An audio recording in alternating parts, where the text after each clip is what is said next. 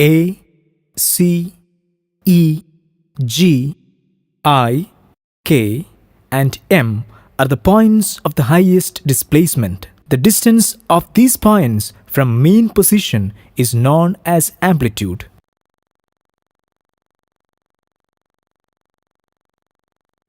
Amplitude is the maximum displacement of a particle from its mean position. This is denoted by the letter A.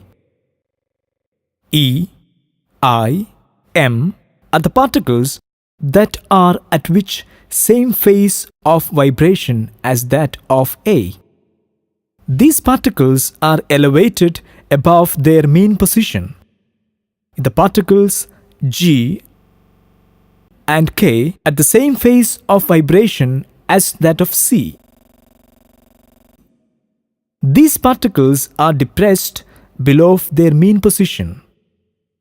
The portions elevated from the mean position are known as crests, and the depressed portions are troughs.